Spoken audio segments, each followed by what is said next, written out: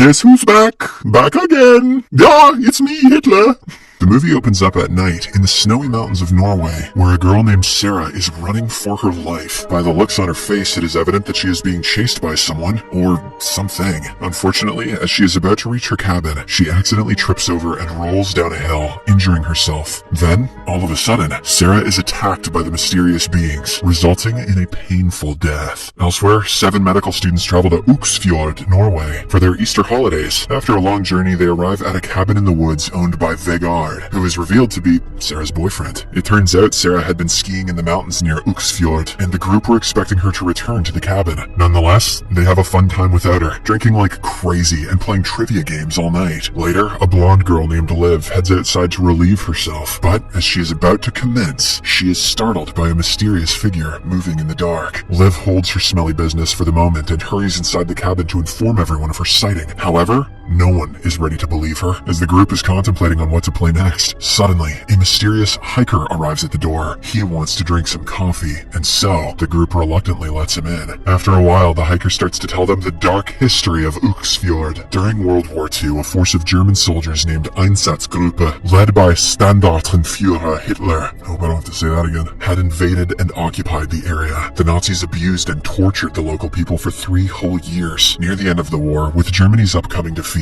the soldiers looted all the town's valuables. However, the citizens staged an uprising and ambushed the Nazis, killing many of them, while the survivors, including the general Hitler, were chased into the mountains. Because none of them returned, the townspeople had assumed that all of them had frozen to death because of the harsh, cold conditions. But, in reality, no one knows what happened to them. In the present, the hiker finishes telling his story with a serious face, but the teenagers simply laugh it off as a fairy tale. Annoyed, he leaves the cabin and sets up camp somewhere in the mountains. The hiker then proceeds to have some canned food when he is suddenly disturbed by a strange noise outside. It appears as if the beasts from the start of the movie are back. The hiker grabs his rifle and slowly walks outside his tent to investigate. But, in the blink of an eye, a person flashes past him, slitting the hiker's throat. He hurries back inside the tent, but doesn't last long, as the killer follows him inside and violently finishes him off. Meanwhile, Vegard is woken to a ghastly figure placing something beneath the floorboards of the cabin. Believing it to be Sarah, he calls out to her, but she ignores him and leaves the cabin.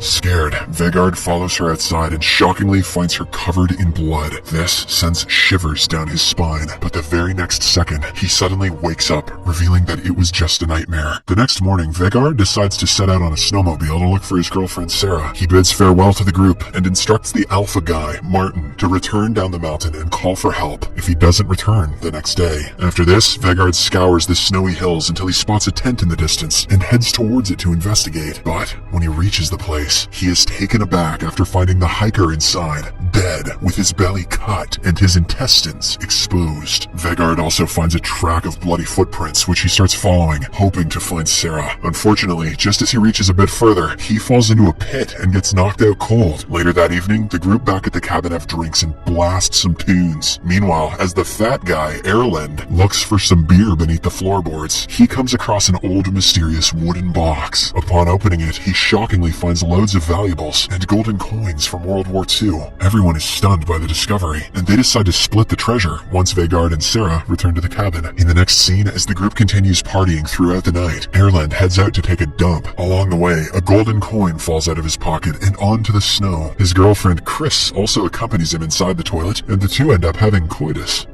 Scheisserficken, a popular German pastime. Meanwhile, a creepy-looking zombie shows up outside and picks up the gold coin. This is the same creature that has been murdering the nearby hikers. Shortly after, Erlend returns back inside the cabin while Chris is still inside the toilet taking a dump. All of a sudden, she spots the zombie's face peeking through a hole and becomes terrified. Chris tries to escape with all her might, but the floor beneath her suddenly collapses and she is covered in defecation. Chris quickly gets up and limps her way to the cabin while screaming for help. However, the others can't hear her because of the loud music inside. After some agonizing minutes, a girl with dreadlocks, Hannah, finally hears the screams and turns off the music before going outside to check on her. But right before Chris can be located, she is swiftly captured by the zombie and taken away. Meanwhile, the boys also become wary that something is lurking in the dark, so they grab a shotgun and go outside to investigate. To their horror, they find Sarah's rucksack buried in the snow. The dead snow. On the other hand, Hannah finally sees Chris outside the cabin window, but not in the way she had expected. The poor girl's head has been decapitated, and soon she is split into two. Oh my god. When Liv notices this, she slowly goes to inspect the window when suddenly a zombie breaks through the glass and violently pulls her hair. She is about to meet the same fate as her friend, but Hannah arrives in the nick of time and cuts off Liv's hair, hence saving her. Now the group finally realizes that they are being hunted by lifeless monsters, so they start to panic. After regrouping themselves, they barricade all the entrances, only to learn that hundreds of these creatures have spawned outside their cabin. One of them pokes his hand through the window and tries opening the door, but Hannah swiftly cuts it off. Seeing this, Erland the nerd finally realizes that the attackers are zombies. He urges his friends to avoid getting bit at all costs, but ironically, he is the first one to do just that. As Erland's body freezes by the window, some zombies break through the glass and drag him out. They then torment him mercilessly before finally finishing him off. The group is left in terror after seeing their friend killed in such fashion, so to avoid meeting the same fate, they try their best to fend off the zombies. Fortunately, using their sheer willpower and some luck, the remaining four manage to survive the night. The next morning, they decide that Hannah and Liv should return back down the mountain to get help, while Martin and another guy, Roy, stay behind to distract the zombies. Elsewhere, Vegard eventually gains consciousness and is able to make it to the surface. He then makes a makeshift torch and returns back into the cave to explore it. As he ventures deep into the creepy cavern, a Nazi flag reveals that the hiker's story was true and that the zombies are in fact the missing Nazis. To his horror, he also finds Sarah's severed head alongside several war helmets and World War II firearms. Out of nowhere, a zombie appears from behind and Vegard is thrown out of the cave. However, he manages to defeat the zombie by bashing his head in with his own helmet. Vegard then drops to the snow and tries to catch his breath, but right then another zombie rises up from beneath the snow and proceeds to attack him. Vegard surprisingly defeats this one as well, but the first zombie, which he pummeled into the ground, wakes up and rushes towards him again. The battle leaves both of them hanging off the edge of a cliff, but luckily, Vegard once again comes out victorious. After killing the zombie, he manages to grab onto his intestines and uses them as a rope to climb up. In the process, he is bitten in the neck, but Vegard's adrenaline doesn't let him think much about that. Meanwhile, Hannah and Liv are seen running for their lives, with hundreds of zombies approaching them quickly. So, with no options left, they separate and run in opposite directions. Liv is eventually caught by one of the zombies, and it knocks her unconscious. Later, she slowly awakens, only to find the zombie feasting on her guts. So, as a last-ditch effort to kill the zombies, Liv quickly pulls the pin on one of the M24 stick grenades and finishes off every being in the area, including herself. However, the resulting explosion attracts the attention of the zombie leader. It's me, Hitler! And so, he sends his troops near the scene. On the other hand, Hannah hides up in a tree while two of the dead scour the surface in search of her. It appears as if she is going to remain undetected, but right then, a cheeky crow spots Hannah and begins making a lot of noise. This exposes her location, and as a result, one of the zombies starts to climb the tree. Fortunately, Hannah uses her quick thinking and manages to flee the scene. She then leads the zombie to a cliff's edge and breaks the ice, causing both of them to fall down onto the thick snow. None of them are seriously injured, but Hannah is the first one to get up. Using this advantage, she bravely kills the zombie before heading back to search for her friends. Back in the cabin, Roy and Martin try their best to secure the doors, but instead set the whole thing on fire. After a Molotov fails to hit a zombie, they try to call for help, but the cops immediately hang up, as they don't believe their crazy story. As a last resort, the two exit the burning cabin and enter a small storeroom shack. In the meantime, Vegard makes it back to his snowmobile and uses a fishing hook to stitch his wounds. He then mounts a machine gun on the vehicle before heading to rescue his friends. On the other hand, Roy and Martin also manage to find all sorts of tools and equipment. Realizing that it is do or die, they decide to gear up and face the dead head on. The two of them arm themselves and begin to tear up the zombies, one after another. Vegard also arrives just in time on his snowmobile and opens fire on the zombie troops, laying waste to all of them. However, the dead rise up again for a second wave and catch Vegard off guard. This time our brave protagonist is of no match and he quickly shredded to pieces. That was terrible.